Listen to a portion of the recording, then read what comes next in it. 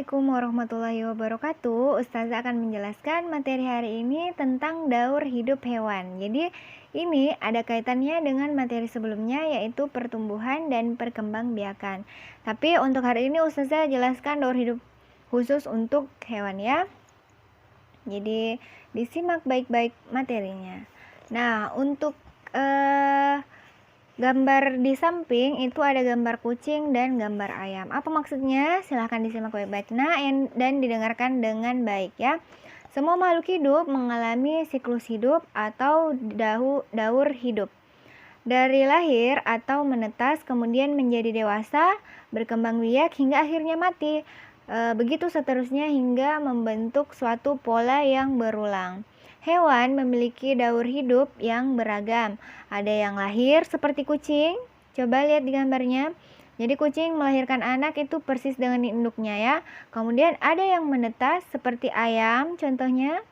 Jadi ayam menetaskan telur itu persis mirip sama induknya ketika dia lahir. Ya. Kemudian ternyata ada pula hewan yang lahir dengan bentuk yang berbeda dari induknya dan mengalami perubahan bentuk. Contohnya, hewan yang mengalami perubahan bentuk pada tiap tahapan daur hidupnya adalah kupu-kupu dan katak. Jadi untuk pada slide ini Ustazah akan menjelaskan secara detail itu tentang daur hidup atau siklus hidup kupu-kupu. Jadi kupu-kupu akan bertelur di daun. Kupu-kupu dewasa ini ya akan bertelur pada daun. Kemudian ketika telurnya menetas, dia akan menjadi larva atau yang namanya ulat ya. Setelah menjadi ulat, ulat ini akan memakan daun hingga bertambah besar. Kemudian ulat berhenti makan untuk beberapa saat. Kemudian dia membentuk lapisan yang menutupinya. Nah, coba lapisan yang menutupinya dia akan mengeras seperti ini, kemudian menjadi yang namanya pupa atau biasa kalian dengar dengan istilah kepompong. Jadi dari telur setelah menetas jadi ulat, kemudian membuat lapisan menjadi kepompong.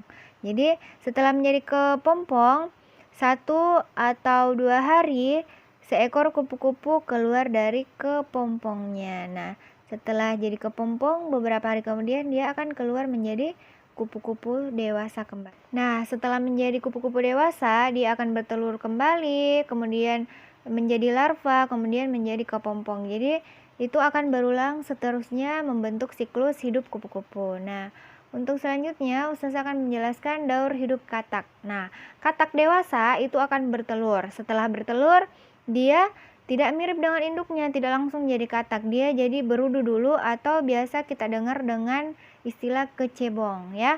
Kemudian ada kakinya, kecebongnya ada kakinya atau biasa disebut dengan katak muda kemudian menjadi katak dewasa kembali ya.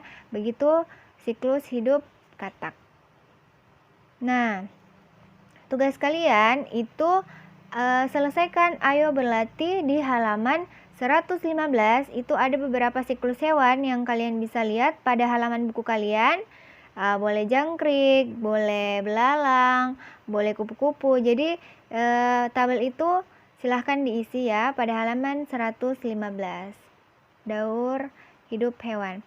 Nah, selanjutnya kita akan membuat daur hidup kupu-kupu atau katak dalam bentuk karya seperti ini ya. Boleh dipilih salah satunya, boleh katak, boleh kupu-kupu. Jadi pilih satu saja. Kalaupun kalian mau buat 2 itu tidak apa-apa ya. Jadi untuk ustazah yang ustazah periksa itu cuman 1 saja ya, boleh kupu-kupu atau boleh katak. Nah, semangat Ananda Soleh-Soleha. Terima kasih sudah mengikuti pembelajaran hari ini. Ustazah akhiri, wassalamualaikum warahmatullahi wabarakatuh.